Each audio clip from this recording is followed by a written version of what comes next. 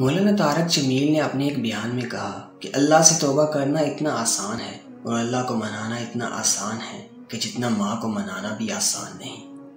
کوئی ایک آدمی اتنے گناہ کرے کہ زمین سے اٹھا کر آسمان کی چھت تک لگ جائیں، تو وہ انسان جب آدھی زبان سے کہے گا کہ یا اللہ مجھے معاف کر دے، تو اللہ اس کے سارے گناہ معاف کر دے گا۔ ایسا مہربان، ایسا کریم کوئی بھی نہیں۔ اللہ نے قرآن میں عرض کیا، میرے بندو تم پر رحم کرنا میں نے اپنے اوپر فرض کر لیا ہے۔ ادھر توبہ اور ادھر سارے گناہ معاف کر دیتا ہے، البتہ حقوق العباد ادا کرنے ہوں گے۔ اس کی معافی نہیں ہے جب تک کہ وہ بندہ خود معاف نہ کر دے۔ پھر مولانا صاحب نے بخاری شریف کی مشہور روایت بیان کی، وہ یہ ہے کہ ایک آدمی نے 99 قتل کیے تھے، اس کو توبہ کرنے کا خیال آیا۔ وہ ایک عابد کے پاس گیا اور پوچھا کہ میں نے 99 قتل کیے ہیں، میری توبہ ممکن ہے؟ جواب آیا کہ تو بہت بدمعاش ہے، 99 قتل کر کے توبہ کیسے قبول ہو سکتی ہے؟ اس شخص کو غصہ آیا اور اس نے اس عابد کا بھی قتل کر دیا۔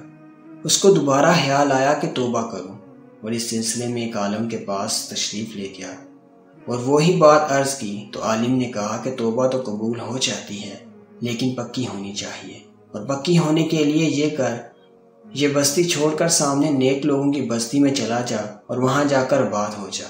اس نے اپنا بستر اٹھایا اور چل پڑا۔ راستے میں اس کو موت آ گئی۔ جب اسے محسوس ہوا کہ موت آ رہی ہے تو اس نے آگے کی طرف جھٹکا لیا۔ اس کے ہاتھ بھی آگے کی طرف تھے اور پاؤں بھی آگے کی طرف تھے۔ اللہ نے اس کے پاس جنت اور جہنم کے فرشتے بھیج دیے۔ وہاں جنتی کہنے لگے یہ تائب ہو چکا ہے، ہمارا مہمان ہے۔ جہنمی کہنے لگے توبہ تو اس کی پوری ہی نہیں ہوئی، یہ ہمارا مجرم ہے۔